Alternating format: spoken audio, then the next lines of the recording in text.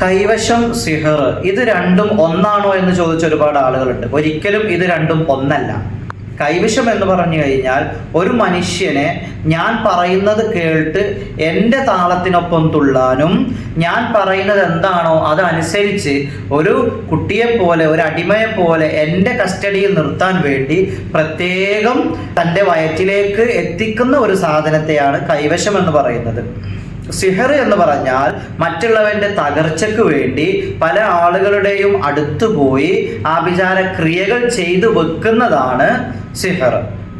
മറ്റേത് കൈവശം നമ്മൾ വയറ്റിലേക്ക് എത്തിക്കണം. ഇത് നമ്മൾ എവിടെ ഇരുന്നും നമുക്ക് ചെയ്യാൻ പറ്റുന്നതാണ് സിഹർ. കുറേ ആളുകൾ സംശയം ചോദിച്ചു, ഉസ്താദെ സിഹർ തന്നെയല്ലേ കൈവശം? അല്ല. കൈവശമാണോ സിഹർ? ഒരിക്കലുമല്ല. ഇത് രണ്ടും രണ്ടാണ്. പക്ഷേ ഇത് രണ്ടും ശരീരത്തിൽ ബാധിച്ചാൽ ഇതിൻ്റെ എഫക്റ്റ്, ഇതിൻ്റെ ഉപദ്രവങ്ങളൊക്കെ ഏകദേശം ഒരേ രീതിയിലായിരിക്കും പോവുക. കൈവശം വയറ്റിൽ വന്നു കഴിഞ്ഞാലും അത് നിയന്ത്രിക്കാനും അവനെ ഇല്ലായ്മ ചെയ്യാനും ഒരു പൈശാചികത ശരീരത്തിൽ ഉണ്ടാകും. ഏതെങ്കിലും ഒരു ഇബിലീസ്, ഒരു പൈശാചികത അവൻ്റെ ശരീരത്തിൽ എപ്പോഴും ഉണ്ടാകും. അപ്പോഴാണ് അവൻ നമ്മൾ പറയുന്നത് കേൾക്കാതിരിക്കുക, അവൻ്റെ സ്വഭാവത്തിൽ മാറ്റം കാണിക്കുക ഒക്കെ ചെയ്യുക. സിഹർ എന്ന് പറഞ്ഞാൽ ഒരു മനുഷ്യനെ തകർക്കാൻ വേണ്ടി ചെയ്യുന്നതാണ്.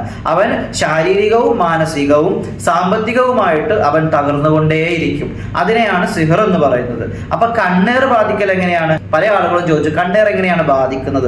കണ്ണേർ ബാധിക്കുന്നത് വളരെ ക്ലിയർ ആയിട്ട് ഇൻഷാ അല്ലാഹ് ഞാനൊരു വീഡിയോ ചെയ്തിട്ടുണ്ട്, നമ്മൾ ഈ ചാനലിലൂടെ അപ്ലോഡ് ചെയ്യും ഇൻഷാ അല്ലാഹ്. കണ്ണേർ ആർക്കൊക്കെ ബാധിക്കും? ശരിക്കും കണ്ണേർ ബാധിച്ചാൽ ശരീരം കാണിക്കുന്ന അടയാളങ്ങൾ എന്തൊക്കെയാണ്? കണ്ണേർ ബാത്തിലായാൽ എന്തൊക്കെ അടയാളങ്ങൾ കാണിക്കും? ശരീരത്തിൽ കണ്ണേർ ബാധിച്ചു കഴിഞ്ഞാൽ ഒരു മനുഷ്യന് എങ്ങനെ അത് അറിയാൻ പറ്റും?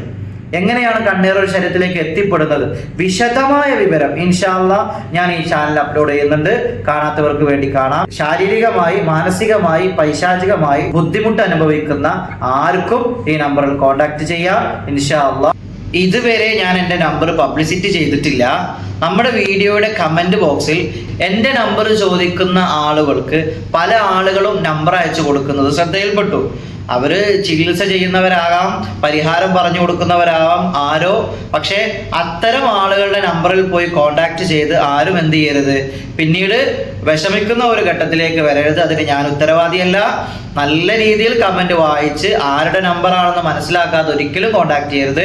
എൻ്റെ നമ്പർ ആവശ്യപ്പെടുന്ന ആളുകൾക്കാണെങ്കിൽ ഈ കാണുന്നതാണ് എൻ്റെ നമ്പർ ഇൻഷാ അല്ലാഹ്.